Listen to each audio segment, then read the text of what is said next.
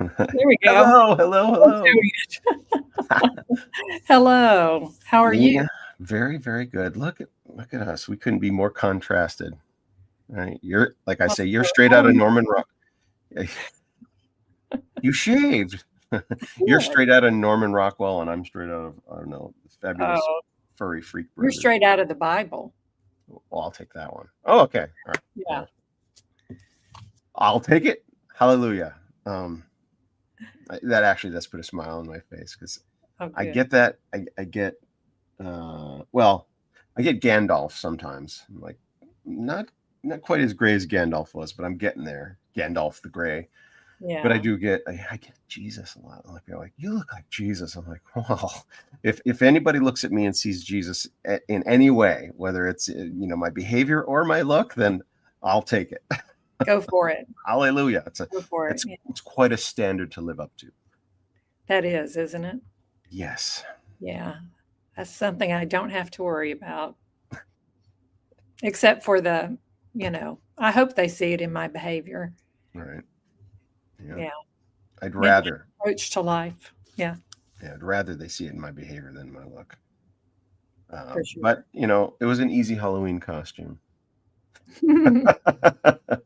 I'd love to have seen the rest of it. Let's see. I did we. I thought I could do just a couple of tablets. Be Moses coming down the mountain.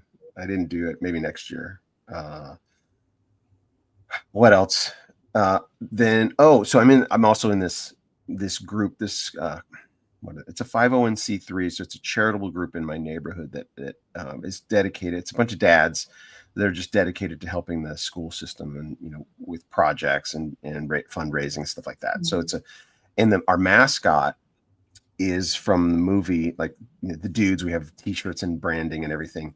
We're called the Dudes, and our mascot is the character from The Big Lebowski, uh, the movie. Yes. Jeff Bridges in The Big Lebowski. Uh-huh. He's the dude. They refer to him as the Oh, now you dude. sure it's not Mike Lebowski, that one? No, you're Maybe. thinking Monsters Inc. Right. Mike Wazowski. That's Oh, Mike Wazowski. Wazowski, that's right. I'm so No, sorry. no, no. It's the dude. Here's a funny thing that happened. So we have events throughout the year, and one of our big events was Oktoberfest recently. Mhm.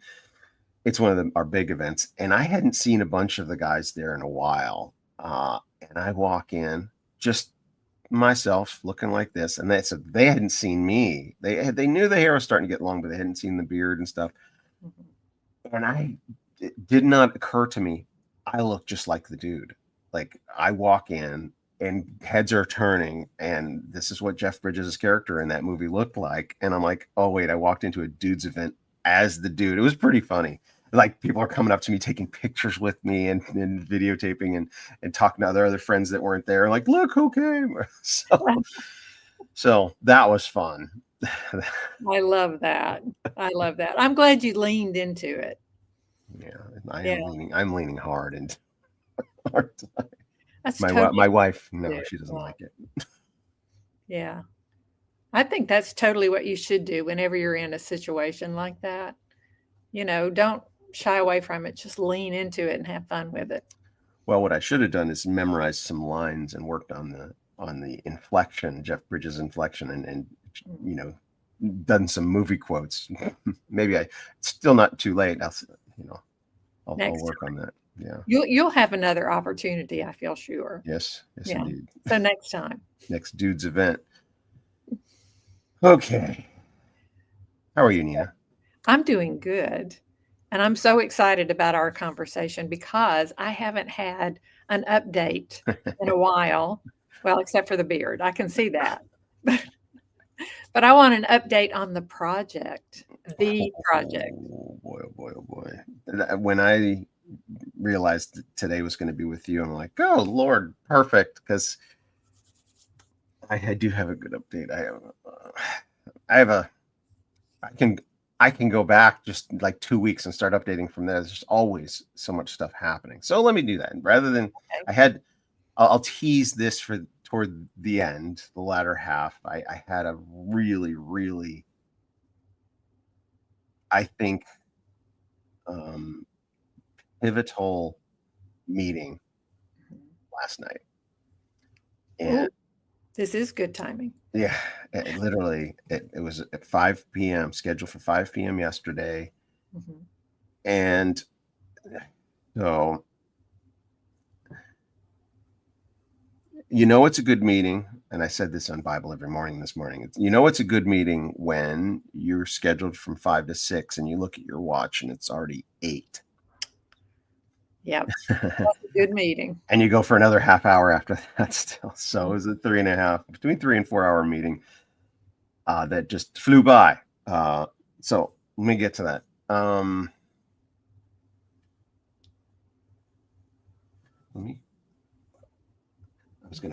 My journal's in the other room. Sometimes I glance at my journal to refresh my memory on some of the things happening. Right. Well, what I'm doing, and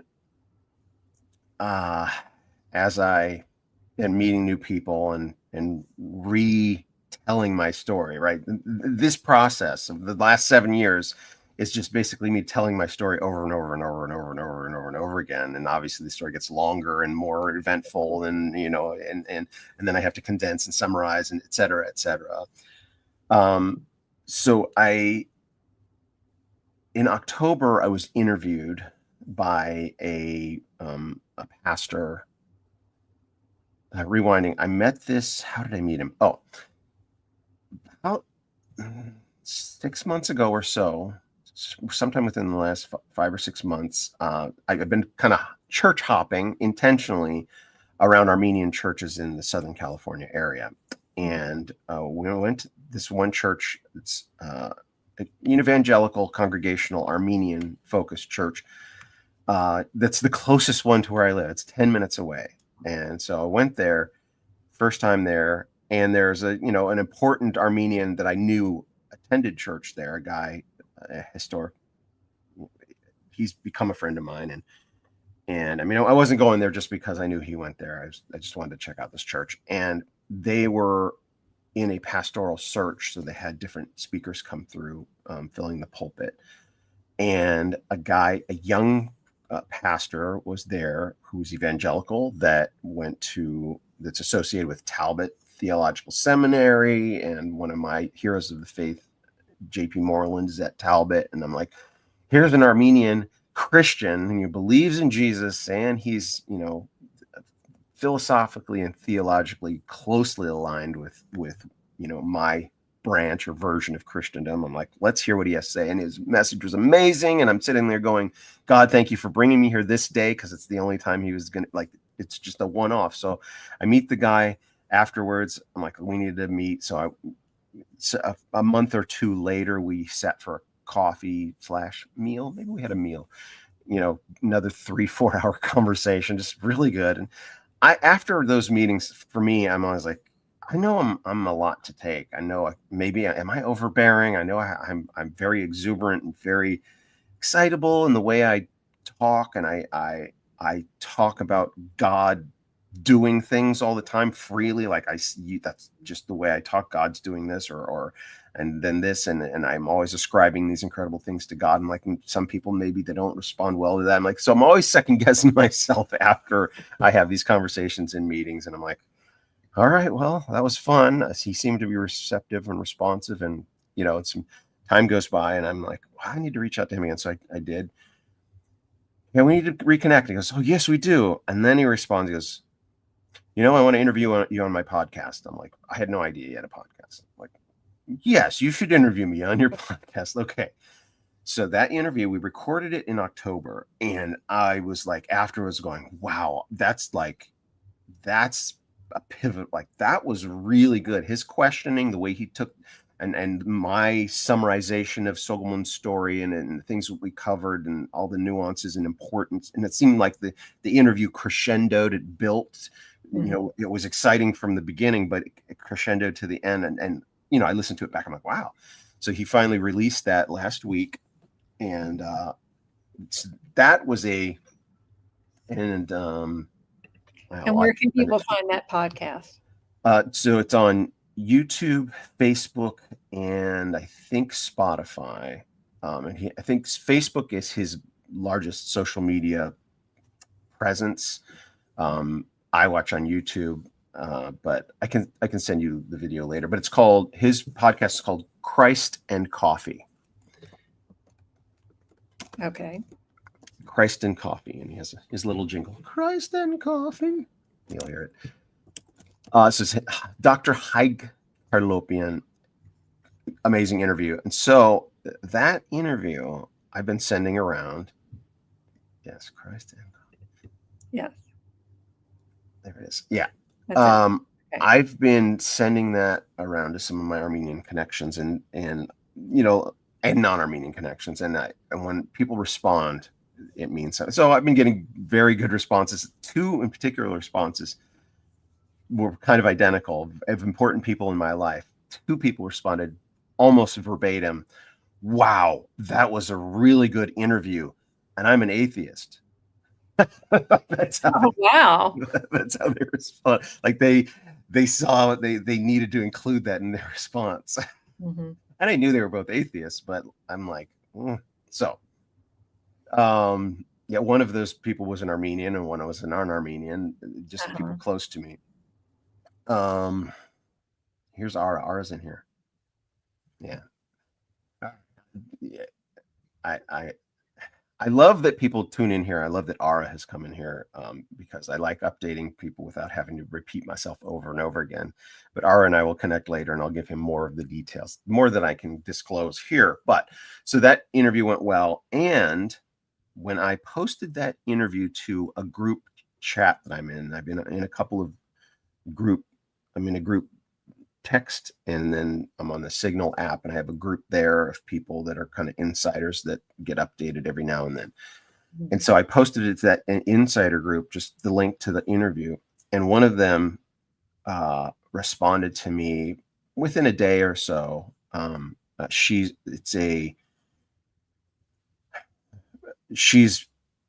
got connected to her early on because of she's kind of an activist. Like, she doesn't have a normal job. Her degree is in international conflict resolution. Mm-hmm. So she's been over to Palestine and Israel like 10 years ago. I mean, maybe not 10, maybe like 7 to 8 years ago. So and then she's worked on political campaigns and everything. And when I got connected to her, it was a no-brainer. She's a Christian also, and it was a no-brainer for her that this is an important project, and she threw her weight behind it. She's, not that she has money, but she has been very helpful, at a time I needed that help. And then life goes on, the pandemic happens, blah, blah, blah, and we maintain contact, but so she's the one that responded to the interview. And I don't know if she'd watched it yet or not, but she just responded and she goes, "We need to meet and have an update." This was Friday. So this is less than a week ago. It's Friday in the morning. She's like, "We need an update." And I like it when they reach out to me to want to update, because I tend to reach out to people and say, "Hey, let's update," just to maintain contacts. But when they reach out to me, it's different. So we met that day. I was able to take a long lunch on Friday, and we sat at a coffee shop close by. She actually lives in the same town, lives close by. So we met at the coffee shop, and I was filling her in on some stuff. She goes, "All right, I met this guy, and he's one of the organizations she's been working with. A lot of volunteers helping with post-conflict resolution, like people who've suffered after war and stuff like that. That's one of the organizations they've been working with. I became friends with this guy, and he's in the crew of an A-list hip hop artist. I'm not going to use the name, but he's part of the posse of this one hip hop artist. And I just became friends with him, and we talked, and his business partner is Armenian, and they want to meet you." And I'm like, "Oh, okay." And so she sent the interview to them, and they were like, "This is my hero. Solomon Tolerian is the Armenian guy was responding, "This is my story." And so, okay. And so she includes me in a group email saying, "Hey, this is Michael. Maybe before the end of the year, we can set something up." And they're like, "Monday or Tuesday." They're like Monday or Tuesday. I'm like, Eager, very eager. that's a good sign. Like, Yeah. that's a good sign. Yeah. That is a very good sign.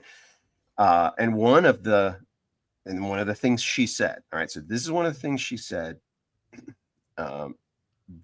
She said, these guys were telling me that everybody's telling them there's gonna be a lot of money moving around right now. There's gonna be a lot of money. Like, and she didn't say this, but I put 2 and 2 together with the election, with the results. Mhm. Everything's going to go very well. The economy is going to reverse and go in the right direction, which means there's going to be an influx of funding and building and creating, and this is the time to do it because it's going to be a business-friendly environment for quite a while. Right. And she didn't make that connection, that the reasoning, but she was saying it, and it was confirmation to me. I'm like, oh, here's some people ready to put some money into something, and it's an Armenian, right? So I got excited just in that thought, in that moment. So then my Monday was full. I'll tell you a little, if we have time, I'll tell you a little bit about Monday. Actually, I will tell you about that after this. But so I said, all right, well, Tuesday at 5. You're like, Tuesday it is. I said Monday or Tuesday at 5, but no, I said Tuesday or Wednesday at 5. And they said Tuesday. So yesterday at 5, and so I walk in. It's a recording studio. It's I've been in a few recording studios, so I know what they look like. I'm like, oh, interesting. And the guy, I'm not giving names, anything like that, but it was my friend Shannon is her name. She came with me. She's like an executive assistant type for the project, and she, because she's been with me on the project for so long, she understands my vision, right? The right people have to come. It can't just be anybody. And she understands the vision. She's always taking notes, constantly taking notes, and she knows how I work. And so it's the kind of thing I need, because me, I go off all over the place. And so it was just one of those meetings. He's like, oh, this person and that person, and then there's certain Armenians are putting this group together of influential Armenians, and I got a friend that's in that group, and they would be open to this, blah blah blah. It's like this, finding the right people. For example, like Ara Kulayan, right? Ara is so networked in the Armenian community. He's been instrumental because he's like this hub of connectivity because of his nature and his character. He's likable. He's prominent because of he and his brothers are just known in the music circles, etc. So there are certain Armenians that they're like shorthand, right? They'll get you deep into the culture just by virtue of who they are. This is another one of those kind of guys, and he's super, super connected. And you can also feel, especially in a 3.5-hour meeting, you can get a sense if the guy who's just had some ulterior motives, he's not going to sit there and just talk and talk and talk. It was like he never glanced at his watch, never looked at a clock. And he had a lot to say. And when you got a guy who's influential, you got to let him talk. Yes. And it was just, everything was amazing. Again, it could have been a 5-hour, could have been a 10-hour conversation. It would have been. And so that's what happened yesterday. So what that means, obviously I don't want to get ahead of myself. Shannon, chimed in. She's like, all right, here, what do you need from us? Here's what we're going to do. We're going to take 2 weeks. We're going to put together, et cetera, reconvene. So that's, here comes 2025. It's going to be very, very interesting if things are going the way they look like they're going. So there's that update. And again, that's all I'm going to say about that. It's just a very exciting meeting happened yesterday with somebody who's super connected. Looks like it's going somewhere. Let me tell you about Monday. Okay. Yeah, look, see, I knew it. So look at this. This guy doesn't get it yet, right? So this guy, he's so in my heart, right? He's so in the center, like God put us together, right? And something Ara told me, like the first time we were hanging out, after hanging out for like 4 hours, he goes, I've learned more about Christianity from you in the last 2 hours than I have in my entire life. So this is my relationship with him. and he wants to be everywhere, involved with everything. So why wasn't I invited, Gavlak? Because you can't be invited to everything. You can't be at everything. It's just, I know you want to be, you just can't. It's not possible. But you'll be at more and more, especially when we get everybody's salaries are figured out and everybody's roles and actual positions in strategy meetings. It's coming. So, okay. So shifting to Monday. Monday was a significant moment as well. And here's I can do a little bit of maybe name dropping here. Okay. Ara, money talks. Yeah. So Monday, I got a text on Saturday from a friend of mine who is, I would say, the most successful Hollywood producer that's the closest to me personally. Mm-hmm. Right. It's Vin Diesel's producer. He did Fast and Furious 3 through 11. Right. Mm-hmm. This one producer is the reason Fast and Furious was resurrected as a franchise, because Fast and Furious 3, if you know your movie history, the two main characters from Fast and Furious 1 and 2, Vin Diesel and Paul Walker, were not even in the third one. It was at the time Universal Pictures had the rights to the franchise, and this producer is like, let's see what movies can we make. Here's a franchise that's kind of been sitting there. Let's make a third one. We don't, without the leads. And the third film was a success, even without their two lead characters. So it brought both of them back, and the rest is history. We know Fast and Furious. So that producer is a personal friend of mine. He lives in the neighborhood. His wife and my wife are even closer buddies than we are. But this guy's a fan of my band, etc. Mm-hmm. So he texts me Saturday morning. His father had passed away, and I knew his father, and I knew his father he had cardiac dementia for the last 3 years, maybe more. But so it was meaningful to me that he reached out to me with that, and my wife and I went to the funeral on Monday morning. So I worked a late shift. It was a morning funeral, and my wife also. This story. There's a lot to this story, but my wife also knew him, this producer's father, because he was the principal of her elementary school. Oh my! Yeah. So in that room of, they're Jewish, and so it was there was a rabbi doing it, and it was probably 300 people. I mean, you get 300 people at your funeral, you did something right, mm-hmm. and all very dignified, and a lot of yarmulkes and etc. And in that room, aside from the family, my wife knew the guy longer than anybody else, just about in the room. That doesn't mean anything, but it was, it was significant. Mm-hmm. And it's not a coincidence. On the nose, right? Not a coincidence. In fact, that's how I became friends with this guy, is through my wife and mm-hmm. her relationship. It's how that all came about, etc. So one of the takeaways from this funeral was how this guy should be remembered, right? And they go down this list of who he was, et cetera, and and the highest honor, the conclusion, the highest honor was he was an educator. He was a principal, he was a teacher, a principal, and a superintendent, and he also was the president of the Whittier, California Library Association, etc. So he was a Holocaust lecturer. So he was an expert on genocide. Mm-hmm. And so it was early on in my project that my A-list producer friend who was at the time making a movie with making two separate movies. At the time I was being introduced to his father.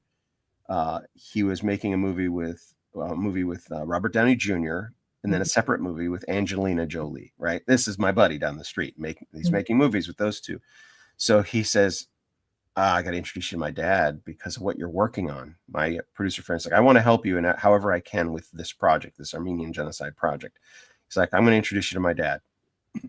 All right. So I had a sit down lunch or breakfast with.